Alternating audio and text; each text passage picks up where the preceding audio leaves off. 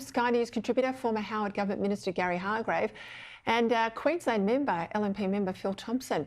Well, gents, I'll start with you, Phil. You've been in the military. How on earth does the Australian Defence Force have an alleged spy in its ranks? This vetting process, it's got to get some serious scrutiny, doesn't it? 100% it does. And if the blood-soaked dictator in President Putin can be in an illegal war in Ukraine and still have his tentacles run from the Australian army back to the Kremlin, we really need to be looking at where this has gone wrong and where this vetting has fallen over, because this should not be occurring at all. To have any alleged person who is spying, I think that there needs an overhaul and an immediate investigation should take place. Not wrong. Up your way, the Prime Minister was in Queensland, Gary, on Saturday. He's been up there quite a bit. He announced a whole lot of new candidates. This one was for the Greens-held seat of Brisbane. I'm not going to say a name. I'm not going to give a Green Labor type of free ad here on Sky News. But he went in hard on David Crisafulli. He said if Crisafulli was to win, he would walk away in his opposition to nuclear, you know, that Peter Dutton would roll over the top of him.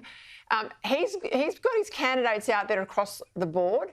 I reckon they see him ahead of the coalition in terms of their candidates and the volume of them, which says to me he's really getting his house in order to go early, isn't he?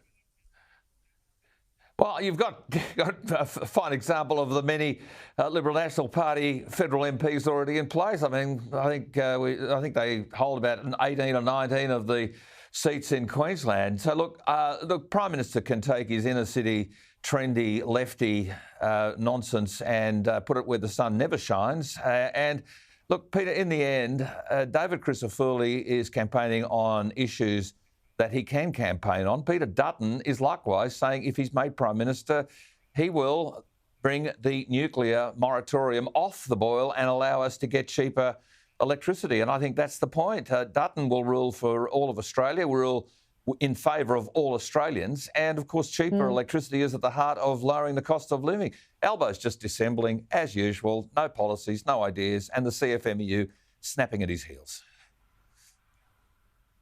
We'll stay with energy. This interview, there's a big program tonight, of course, 60 Years of the Australian, an interview by my boss, Paul Whittaker, here, CEO of Sky News, with Rupert Murdoch, and they were discussing Australia's approach to net zero. Have a listen. Do you think the net zero targets are achievable? No, I think we're absolutely on the wrong track. I'm not a climate denier. I might be a sceptic of some of the things that I said. But you're going to have blackouts, you're going to have... The cost of living will go up all over the world.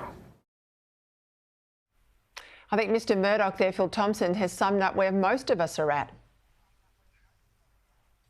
Yeah, definitely. I think you need baseload power, and to say anything other is completely factually incorrect, because the power prices, electricity prices, gone up 21.5% since Labor's taken office. We've got Callide Power Plant that exploded under the Queensland Labor Party more than 1,000 days ago. People are doing it tough. You need baseload power for when the sun's not shining, the wind's not blowing.